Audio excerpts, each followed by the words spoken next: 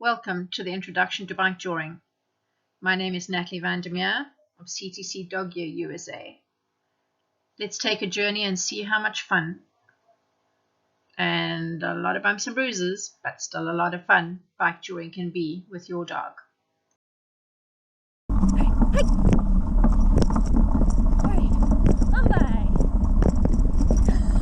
was that? Good girl. Bikejoring is a perfect way to exercise your dog. All you need is yourself, a bike, and your dog. An activity for everyone, from pet owners to recreational bikers, and if you get really good, professionally. In the snowbound sport of dog sledding, bikejoring would be the equivalent of a cross-country skier being partly towed by one or two dogs. Most dogs love to run and work, so what could be better than taking your dog on a steady-paced jog, for the dog that is, while cycling. It'll take a couple of runs for your dog to learn how to run in front of your bicycle, and both of you will never look back. A good 30-minute walk might just cover 1 mile and would be continuously interrupted with every sound and smell in his path, which could lead to a frustrated outing for both human and dog.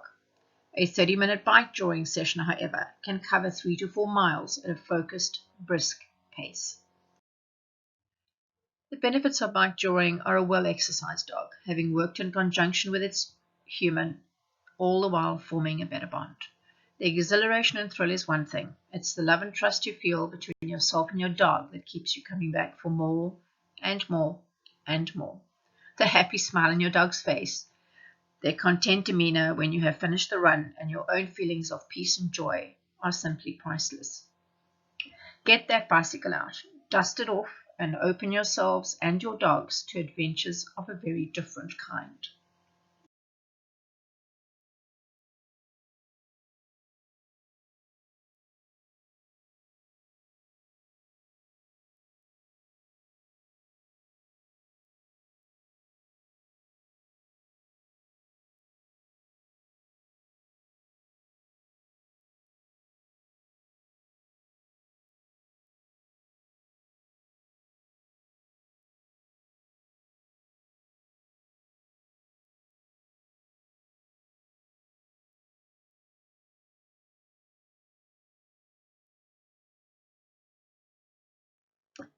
And now we start on what you need, all the gear you need. We'll start with the human.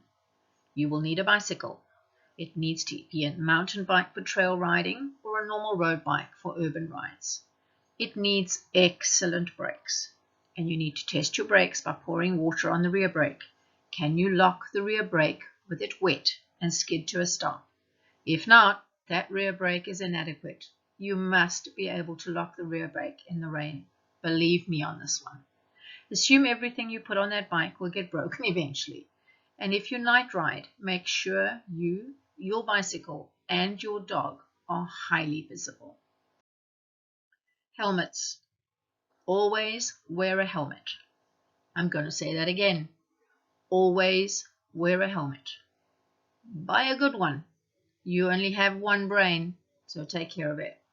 Reflective tape on the helmet is a must to make you visible. My personal favorite is actually a skateboarding helmet, just because it makes me look less of a dork than a bicycle helmet. The next piece of equipment for the human are riding gloves. Get a pair of well-fitting biking gloves, as they will protect your hands from rope burn and road rash when you do come off your bike, and you will. Another great option, and there are several options out there for bicycle gear bags. Great to stow gear, perfect for water and water bowls for the dogs, as well as the ever essential first aid kit.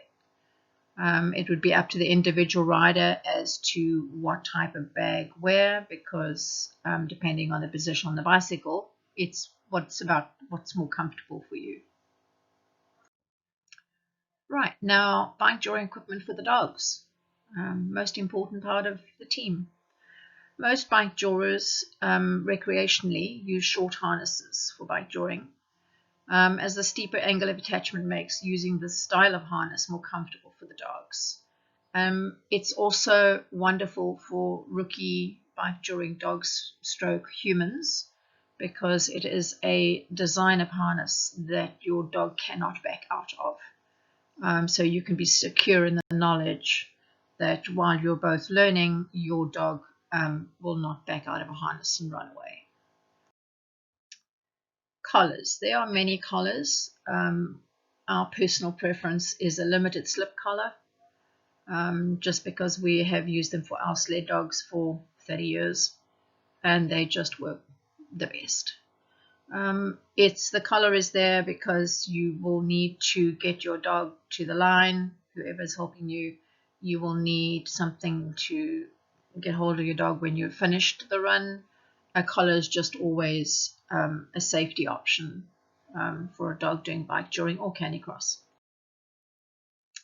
Right, booties. Not all dogs need booties, but there is a great musher saying, use booties only when you must, but always when you must. Booties are used to protect your dog's paws from abrasion on gravel surfaces when bikejoring or canicrossing. The hiking store booties are not the type of bootie you want to use. The simple mushing booties that are pictured in this presentation are the type you need. A bootie is invaluable if your dog cuts its paw on the trail. You would then clean it, gauze it, vet wrap it, tape and bootie it as the initial emergency medical solution to a pad injury on the trail. So here's the fun part. Get your dogs used to wearing booties, even if they don't need them every day. That way, when you do have to boot them, it's not a complete meltdown by a dog who is not wanting this thing on his paw. Good luck! Bike tire guards. A bike tire guard is part of your safety kit, keeping the bikejoring line out of the bicycle's front tire. You will thank us for this one day.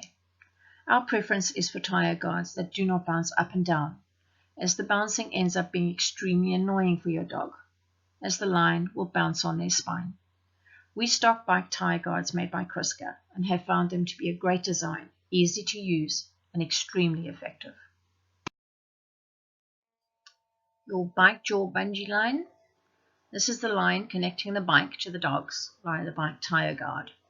Comes in either 1 or 2 dog lines with a built-in bungee, from 6 to 8 feet in length at rest. No matter where you purchase your gear, make sure the lines and hardware are the best quality available. Next piece of equipment for the team are necklines. These are really only used for 2-dog bikejoring. If you have a single dog bikejoy, you will not need this piece of equipment. Necklines keep the dogs running together. Necklines snap onto one dog's collar and then to the adjacent dog's collar. A CTC shoulder harness has unique D-rings on the shoulders, which we use as an alternative to the collar. Having a first aid kit, whether you're bikejoring, hiking, or just to have in your car if you have a pet, is always a great idea. CTC offers a specialized trail first aid kit, which is in a waterproof pouch, very easily attached to your bicycle or onto your backpack if you're hiking. Contains such things as gauze pads, a roll of stretchable gauze, elastic bandage, plastic wrap used to seal wounds, bandage tape, curved tip scissors, duct tape, which is used to immobilize your dog on a firm surface, ready-made cold and hot packs, honey that you use for shock, antibiotic ointment for wounds, antihistamine for bee stings or to use as a sedative, antidiarrheals, septic powder to stop minor bleeding, and the ever-faithful rectal thermometer. My advice to all pet owners would be to take a pet first aid class. It will prove invaluable over the years, as you are the number one go-to person when your dog gets ill before a vet. And of course, a bike repair kit, as any normal biker would have on their person if they're taking a ride. Tire pump, spare tube, and all the necessary tools. Spares are always suggested when bikejoring specifically. Ropes, clips, carabiners, additional rope, which will allow you to tie your dog off if you need to do repairs on the run. Always have Always have them. You never know when you need them.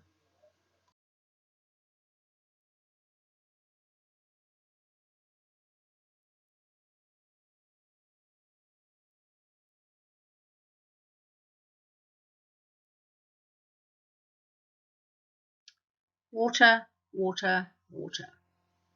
No matter what, make sure that you carry water for yourself, carry water for your dogs. You can drink out of the bottle, that's not a problem. Carry collapsible water bowls for your dogs. Always make sure that you know your route so that if you run out of water, you know how far ahead there is the next water stop or a place that you can refill your water bottles.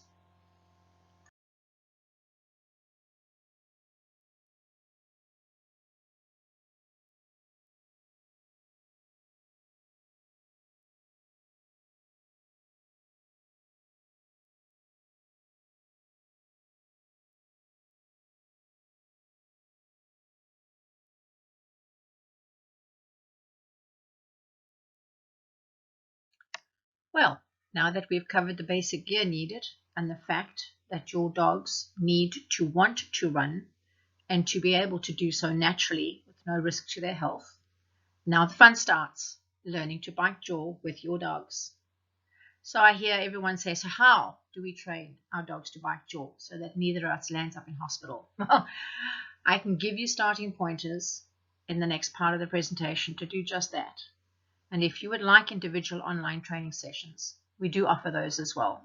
So if you need help in the future, reach out. The first thing to do, the human, which would be you, needs to be completely comfortable on the bicycle and must ensure that they are expert in emergency braking. Believe me, that is a real skill and a necessary one. It's not only the dogs that need training. The human has the responsibility to know that they can manage their vehicle, being the bicycle, before they put their beloved dogs in front of it.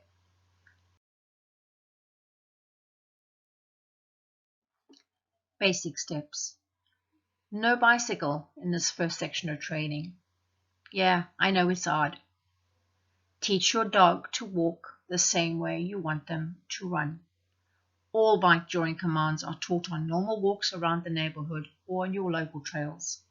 Set your dog up to succeed by teaching him the commands before you get onto a bicycle. You must train your dogs before you can bike jaw. Your and your dog's safety depend on it. Using a CTC dog ear harness, hip belt, and a bungee line, you have the ability to easily teach your dog directional commands on walks. Hook your dog up to your hip belt using the bungee line, which in turn attaches to the shoulder harness. Then attach 2 single leads, one to each of the shoulder D-rings on the harness. You now have an innovative system to teach your dogs the directional commands by using the single leads as reins, just as you would when riding a horse. On your training walks, use a route that has lots of right and left turns. As you come up on the corner, give your dog the directional command and tug on the correlating lead at the same time. Puzzle, G, G. As soon as your dog even looks in the correct direction, praise and reiterate the directional command. For example, G. As your very clever dog makes the correct decision and takes the G corner, praise your dog. Good girl, Puzzle. Good G. Repetition is your friend. Use all the Bikejoring commands on your daily training walks and jogs. Training tips. There are hundreds. These are a few of mine. Training must be comprehensive, but it must be fun. Shouting no is not training, not in my book. Plan training so that success is highly probable. Be consistent and persistent in your training.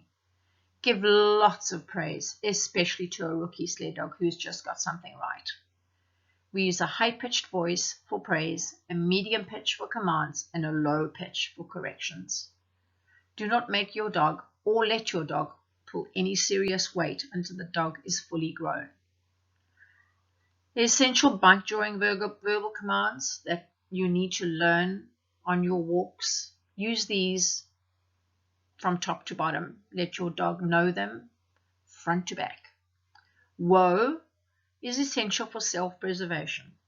It is also the most difficult to teach once your dog realizes just how much fun bikejoring is. Leave it, essential for self-preservation and control. Your dog will come across chipmunks, feathered friends on the trail. Leave it means he is not entitled to go get a morning snack. Up front, used when hooking dogs up, keeping the line tight. This we will go into more depth if you take one of my one-on-one courses. G is a right turn. You can use the word right. That is completely your choice. Ho is a left turn. Again, your choice. Straight ahead. That means the dog needs to keep going straight when faced with an intersection. Hike is go. You can say let's go, go. Again, whatever you and your dog are comfortable with. On by means go past or around an object. This is the most important thing you can teach your dog, because you will come across other humans, other dogs, other teams on a trail, and your dog must have been taught to not take any notice of them. When and how to give commands. Give your dog some warning, say 40 to 50 feet. All that is a few seconds at speed. Say the dog's name, then the command. So for example, my dog's name is Puzzle. So I would say Puzzle, G. And a couple of seconds later, I repeat just the directional command. G. So it would sound like this. Puzzle, G, G. Say commands distinctly enough to be heard. Remember, dogs' hearing is far better than humans. I almost never raise my voice when giving commands while running. So giving a command in a clear, concise manner is normally fine, unless you are in a very noisy area. Learn to modulate your voice to convey happiness or disappointment. Your dog has to immediately know everything you want to say in a couple of short words. In an emergency, you need to convey urgent instructions in a second or two. A higher pitch is good for praising, a medium, clear pitch for commands, and a lower, louder pitch for corrections. Use your tone of voice as a tool. Remember to make sure that every time you train, you set your dog up to succeed. An exception to the command following rule: pay careful attention to your dogs as you approach blind intersections on the road or trail. Your dogs can hear things we cannot. If your dog starts acting up, stop, wait. There might be another vehicle team on the roller trail ahead. There might be a real problem that he can hear and you cannot. Learn to respect your dog's additional senses. Your dog will save you many times on a trail ride. One of my personal tips: I watch my dogs all the time when bikejoring, and over the seasons have gotten to know when there is another team up ahead, piled up in the bushes along the trail, or when they simply have to stop to relieve themselves, simply by observing my dog's behavior, ears twitching, head up, tail up. Scheduling. Dogs are athletes. Athletes need continuing training to stay fit. However, overtraining and burnout is a real danger, especially for rookies. We run recreationally these days and get out 2 to 3 times a week on a day on, day off schedule. So we would run Monday, Wednesday, Friday on a normal week. We walk every day. We do not bikejour, using the walks as a training session for commands. Practice makes perfect. Always check the weather. Too hot, too humid are really bad combinations to expect a dog to work in harness. Run different routes on different days. Keeps the dogs from getting bored, especially if you have a Siberian. Increase mileage slowly. Your dog will go a bit further every week, and it is up to the human to keep their enthusiasm in check so they do not injure themselves in the process. They are busy building muscles, and slow and steady is always the way to do this. Things to watch out for on a run. Stop and check your dog regularly and water them at that time. I personally water every 2 miles. Does your dog look hot? Is their tongue sticking out more than normal? Is there foam around their mouth or white goop on their tongue? Know your dog. By that, I mean each dog is an individual, and a musher needs to know that dog, how they react to training, and when they are overexerting themselves. It's up to the human to ensure the health and safety of our dogs. If your dogs are hot or dehydrated, stop in the shade, water them, and rest them until they look better. They must be able to cool off. A bobbing head or dropping head or back means you have a lame dog. Stop and tend to your dog. Safety guidelines. Train your dogs well. Be awake and alert. Pay attention to your dogs. They may hear things you cannot. If your dog's ears suddenly swivel or it looks off the trail, figure out why. When your dog decides to do emergency yield, best to be paying attention. Wear a helmet. Plan for parting company with your bicycle. It is going to happen at some point. Wear long sleeves, gloves, and padding if you feel you need it. Be visible. Reflective tape everywhere. Bike headlamp, flashing lights on your dogs, reflective tape on the harnesses, as well as reflective bike joint lights. Both hands on the handlebars with one on the rear brake lever. Always. Start with one dog and never increase the dog power beyond your human capabilities. Check your rear brakes before every run. Don't use your front brake unless you are desperate. Apply gently and gradually. Preferably don't use your front brake because you will land over the handlebars. Carry water and keep your dogs cool and hydrated. A dog's normal body temperature is 101 degrees Fahrenheit. Dogs don't sweat, and they're wearing a fur coat. 3/4 of their energy is released as heat, not movement. All this means is that unless you keep your dog's temperature under control and keep them hydrated, you will hurt and could kill them. Good riding gloves. It's a good tip. Bike jurors always watch their dogs. If you see a dog twitch its ears or put its nose down to catch a scent, something exciting might be about to happen. When your dogs do this, please brace yourself. If you're looking elsewhere, even for a couple of seconds, you may miss the warning signs entirely, and then the sport of bikejoring won't seem as fun. Hydrating your dogs on the trail. Dehydration and heat stroke can kill a dog. Let me reiterate that. Dehydration and heat stroke can kill your dog. Only you can keep that from happening. Your dog needs water. Never, ever skimp on giving a dog water. At a minimum, offer your dog water on a schedule. Figure out what that schedule will be that will keep your dog happy and healthy. Know the trail you're taking and plan the water stops. Either water you have brought along yourself or from points along the trail that can offer clean water. If you run out of water, turn around and go home or somewhere that you can get water. If your water is half gone, it is time to turn around and go home.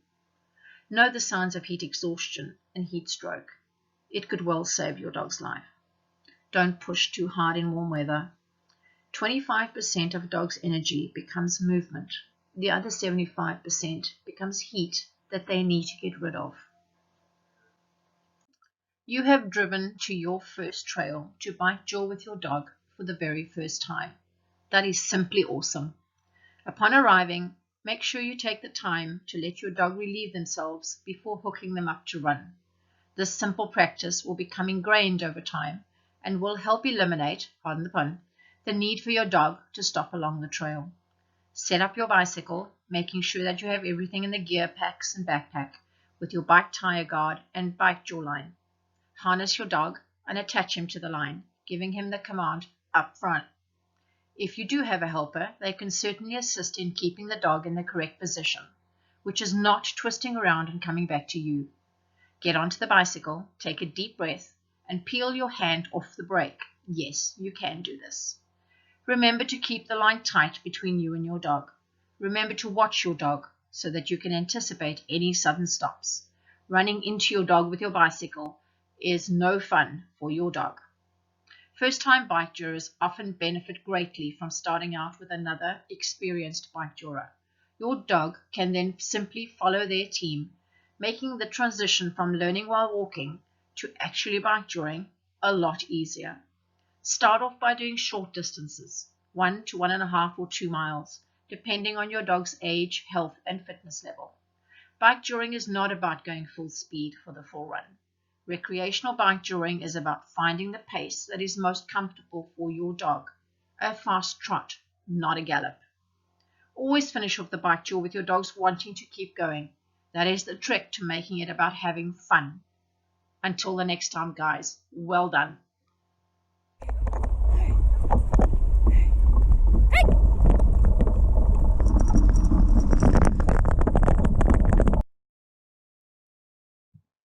Well, I hope the short presentation has given you an indication of what you would need to start bike joring. It's not difficult. It truly isn't.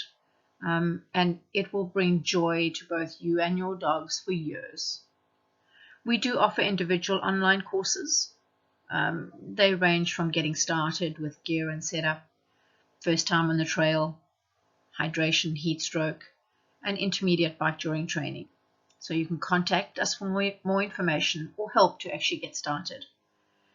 Email us on sales@ctcdoggear-usa.com or visit our website for all the gear you would need on www.ctcdoggear-usa.com. CTC would love to be involved in your journey as you start bike touring with your dogs. Please do send us pictures and videos of the fun that you are going to have on trails, out there in nature, along with your best friend. Hike, hike. We hope you enjoyed this very brief view into bike touring, the gear it needs, and the fun it can be. Andre and I emigrated to the United States in 2011 from South Africa. Our company is a dog exercise gear specialist company, and with our combined 56 years worth of experience of working our personal Siberian Huskies in harness in both sprint and mid-distance, on dirt as well as on snow, hand in hand with our in-depth knowledge of a dog's physical structure, it forms the core base of all our gear designs. The end result is professional quality gear for all our clients' dogs in many diverse activities, whether it's walking, hiking, bike joring, ski joring, sledding, canicross, canine biathlon, duck diving, flyball, agility, scent work, paddleboard, or even just swimming. So pop over to our website so that we can help you get started on this amazing journey with your dogs.